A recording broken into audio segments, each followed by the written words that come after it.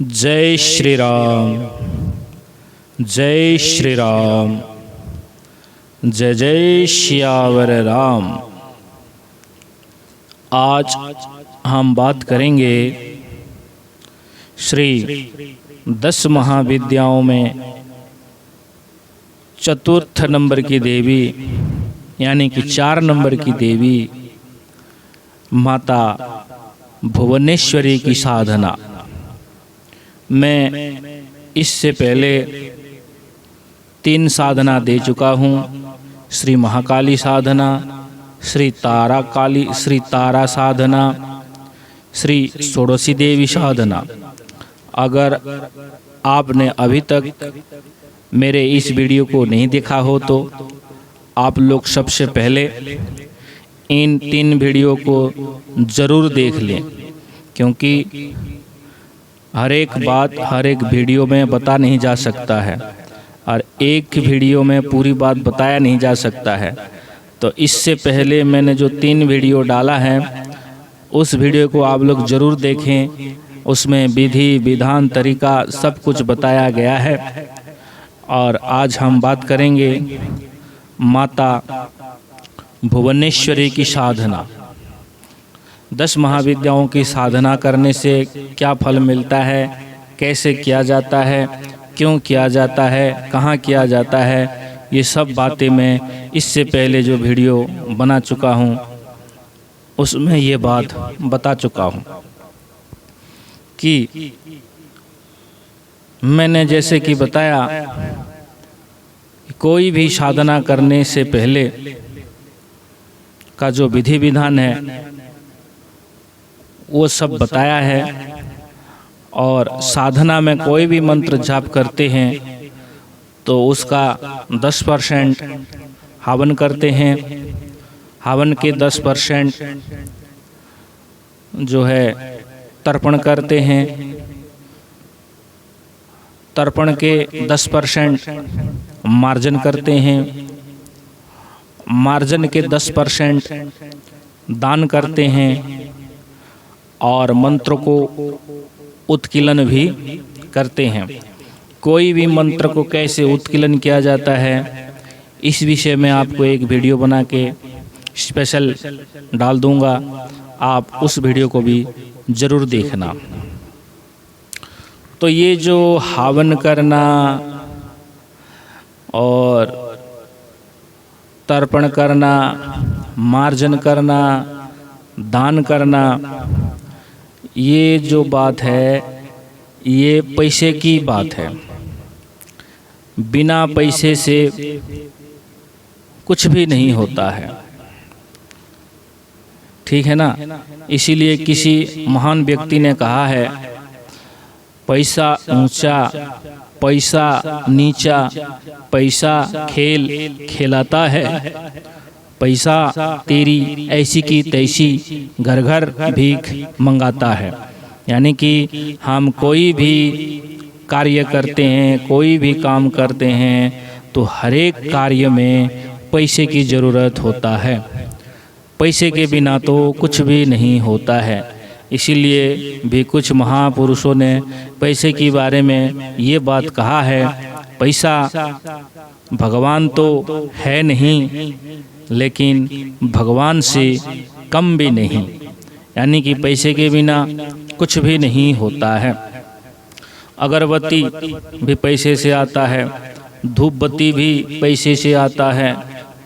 हवन करोगे हवन सामग्री पैसे से आएगा। घी डालोगे आहुति, घी पैसे से आएगा। यानी कि बिना पैसे के कोई भी काम नहीं हो सकता है। मेरे कहने का तात्पर्य, मेरे कहने का मतलब ऐसा माना जा सकता है। जो इससे पहले मैं 3 वीडियो बना के डाल चुका हूँ उसका मतलब यही हो सकता है। तो कोई सवाल पूछ सकता है कि भाई बिना पैसे के इसका मतलब भगवान दर्शन नहीं होगा। इसका मतलब तो यही हुआ कि बिना पैसे के, बिना खर्च के, बिना हवन के, बिना अर्पण तर्पण दान यज्ञ के भगवान मिलेंगे ही नहीं। भगवान की प्राप्ति नहीं होगा, शक्ति की प्राप्ति नहीं होगा। ठीक है ना? तो ऐसा बिल्कुल भी नहीं है। सबके पास पैसा हो ऐसी कोई बात नहीं है।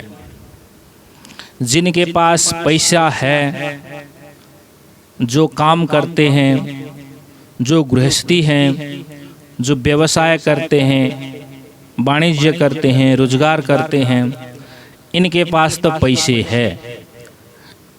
लेकिन जो साधु हैं, जो संत हैं, जो महात्मा हैं, जो फकीर हैं, जो सन्यास ले लिया, जो वानप्रस्थ की व्रत ले लिया, जो जंगल में कुटीर में रहते हैं, मैं ओरिजिनल बाबा लोगों की बात कर रहा हूँ। जो ओरिजिनल साधु के पास तो पैसे होते ही नहीं।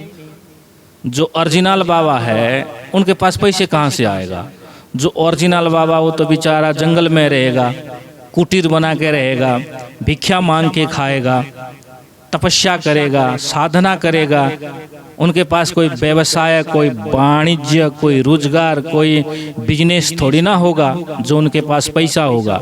जो डुप्लीकेट बाबा हैं, जो अरबों खरबों पति हैं, भाई मैं इनके विषय में तो मैं कुछ बोलना भी नहीं चाहिए और बोल भी नहीं सकता हूँ। जिसको लोग बड़े बड़े साधु, बड़े बड़े संत, बड़े बड़े महंत, बड़े बड़े महाराज, जिनको समाज समझते हैं, जानते हैं और मानते हैं। लेकिन जो ओरिजिनल साधु होता है, प्योर साधु होता है, सच्चाई में जो साधु होता है, संत होता है, वो संत गरीब ही होता है। वो तो कुटिया में ही रहता है, वो तो झोपड़ी में ही रहता है, वो तो जंगल में ही रहता है। उनके पास तो पैसे होता ही नहीं और पैसे का काम उनके पास कोई काम ही नहीं। पैसे का उनके पास कोई काम ही नहीं। ना तो पैसे से मतलब, ना धन दौलत से मतलब, ना इज्जत से मतलब, ना मान सम्मान से मतलब, ना पद प्रतिष्ठा से मतलब। उनको तो किसी चीज़ से कोई मतलब नहीं है। वो तो सन्यास हो गए, वो तो बाबा हो गए, वो तो फकीर हो गए, वो तो साधु हो गए। वो जंगल में कुटीर में ही रहते हैं, उनके पास कोई पैसा नहीं होता है। केवल खाने के लिए भिख मांग के खाते हैं, भिक्षा करके खाते हैं। जब बाबा ही बन गया, जब साधु ही बन गया, तो भाई कमाएगा तो है नहीं, रोजगार तो करेगा नहीं, बिजनेस तो करेगा नहीं, काम तो करेगा नहीं। केवल पेट भरने के लिए, सिर्फ पेट भरने के लिए भिक्षा मांग के खाना, यानी कि गजा करके खाना साधु का काम है, संतों का काम है, महात्माओं का काम है। जो बेचारा खुद 2 रोटी के लिए, सिर्फ रोटी के लिए और सिर्फ पेट के लिए भिक्षा करता हो और मांगता हो, उनके पास कहाँ से आएगा?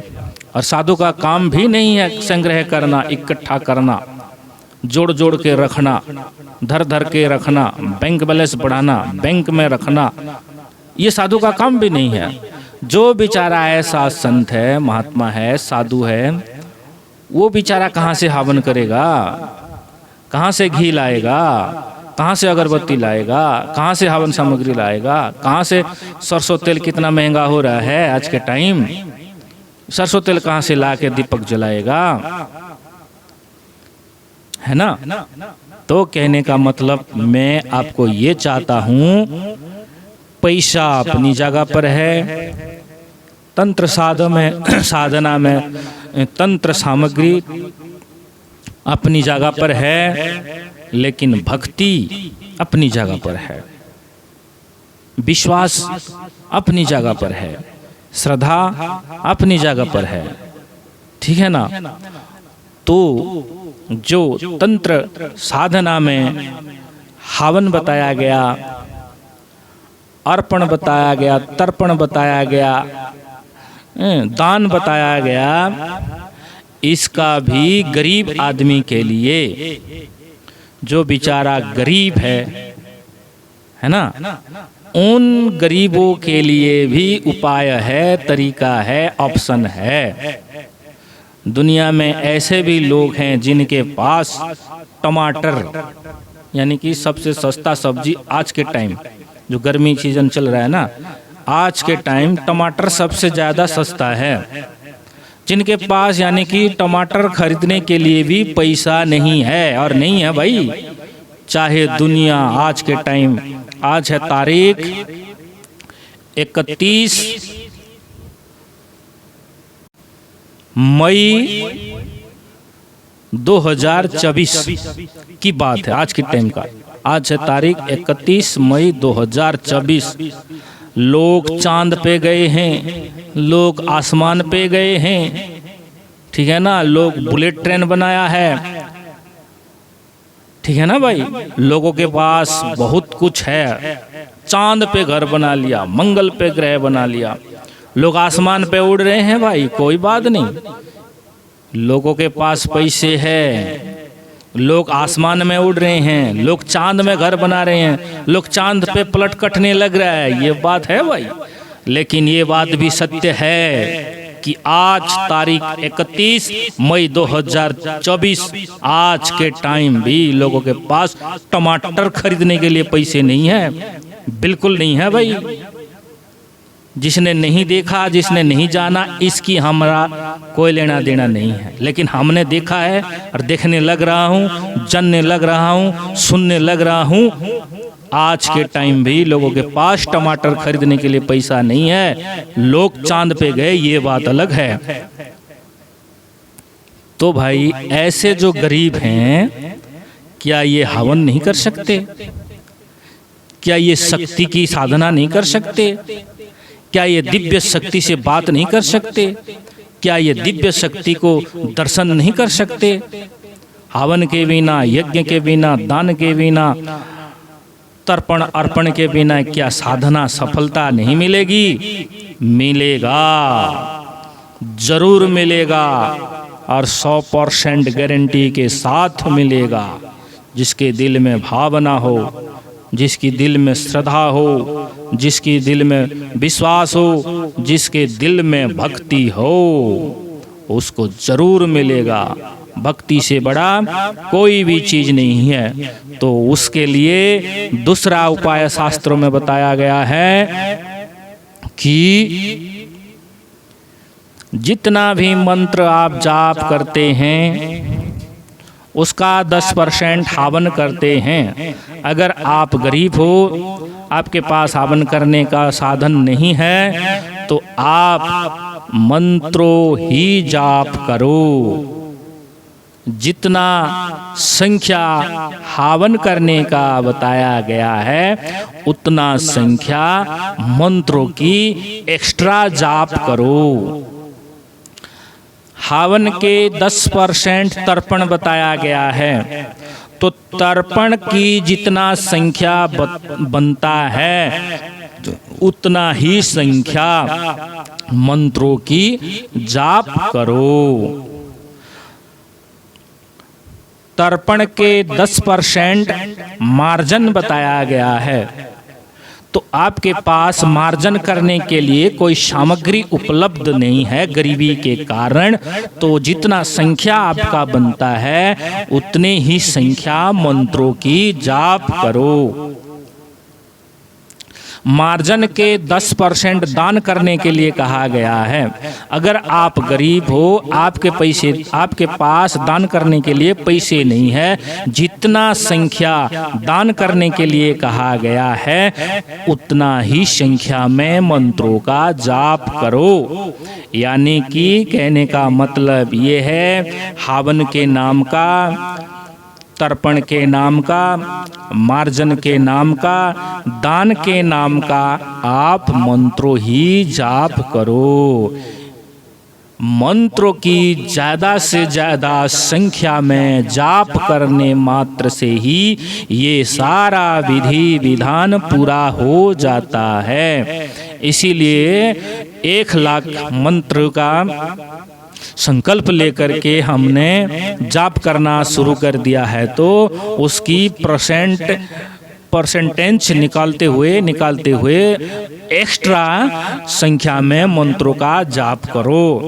ये विधि है, ये विधान है, ये तरीका है, ये गरीब लोगों के लिए है।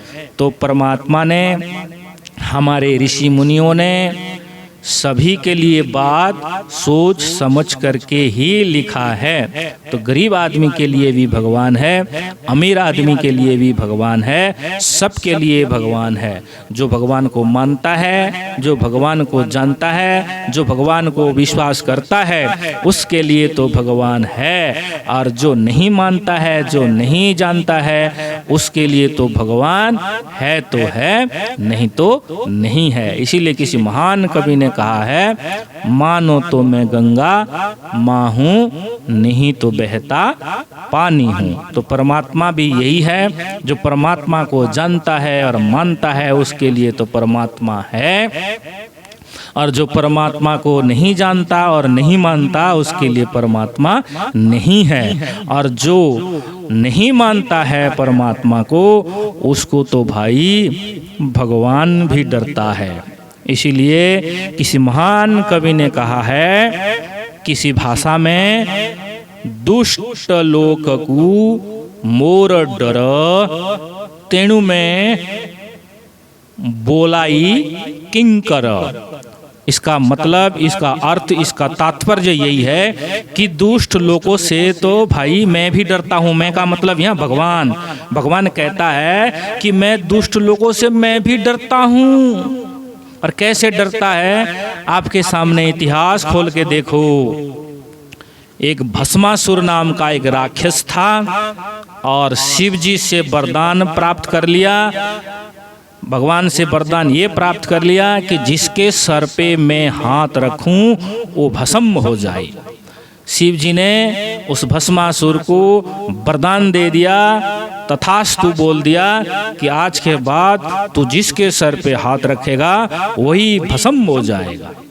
तो भस्मासुर ने कहा, क्या पता भगवान मेरे को तो बेवकूफ नहीं बना रहा है, ये बात सत्य है या झूठ है, कैसे मेरे को पता लगेगा कि जिसके सर में मैं हाथ रखूं वो भस्म हो जाएगा। उन्होंने सोचा, अपना दिमाग लगाया, क्योंकि दिमाग है ना आज के टाइम, ज्यादा लोगों के पास दिमाग है, कुछ हो या ना हो लोगों के पास दिमाग जरूर है। तो उसने अपना दिमाग लगाया कि भाई शिव जी के सर में हाथ रख के तो देख लूं कि शिव जी भस्म होगा या नहीं होगा। तो परमात्मा अंतर्यामी है, वो जान गए, उसका हाव भाव रंग ढंग, उसकी आंखों चेहरा देख के समझ गए कि हाँ ये मेरे सर पे हाथ रखना चाहता है। जब वो भस्मासुर शिव जी के सर पे हाथ रखने के लिए चला तो भगवान भागे, शिव जी भागे और भागने लगे। रहने के लिए, ठहरने के लिए जगह नहीं मिला। शिव जी आगे आगे, भस्मासुर दुश्मन पीछे पीछे। भगवान को भगाने लग रहा है भस्मासुर, और भस्मासुर की डर से शिव जी भागने लग रहे हैं आगे आगे। बैठने के लिए भी जगह नहीं, खड़े होने के लिए भी जगह नहीं, एक सेकंड की भी फुर्सत नहीं, डर के मारे शिव जी भाग रहे हैं और भस्मासुर शिव जी को भगा रहा है। ये इतिहास हमको क्या सिखाता है कि दुष्ट लोगों से तो भगवान भी डरता है। और आज और अभी और यहाँ देखो, शिव जी भी डर के मारे भाग रहा है, ठीक है ना। तो दुष्ट लोगों से भगवान भी डरता है। उसकी आगे क्या हुआ, कैसे हुआ, ये भस्मासुर का जो विनाश कैसे हुआ, इस कथा में बताऊंगा तो बहुत टाइम लगेगा। उसके आगे तो आपको पता है। सिर्फ मैंने ये कहा था कि भगवान भी डरता है, तो इसको प्रूफ करने के लिए, इसको मतलब सत्य साबित करने के लिए ये इतिहास का कथा मैं आपको गारंटी के साथ, 100% गारंटी के साथ साबित करने के लिए ये कथा, ये इतिहास सुनाया, ताकि आपको भी पता लग जाए कि दुष्ट आदमी से भगवान भी डरता है, ठीक है ना। तो भगवान भी डरते हैं, इसकी साबित करने के लिए कथा सुनाया था। तो आज मैं आपको क्या बताने वाला था कि हमारे 10 महाविद्याओं में से चतुर्थ नंबर की देवी माता भुवनेश्वरी की साधना देने जा रहा हूँ। इस मंत्र को आप ग्रहण करें, अपने जीवन में उतारें, इस मंत्र को जाप करें। ये मंत्र मैं आपको वीडियो के नीचे लिख करके बता दूंगा, आप वहीं से इस मंत्र को याद कर लें, कंठस्थ कर लें और इस मंत्र को अवश्य जाप कर लें। तो फिर मिलेंगे, फिर किसी दिन, फिर किसी ज्ञान की चर्चा के साथ। तब तक के लिए जय श्री राम, जय श्री राम, जय जय श्यावर राम।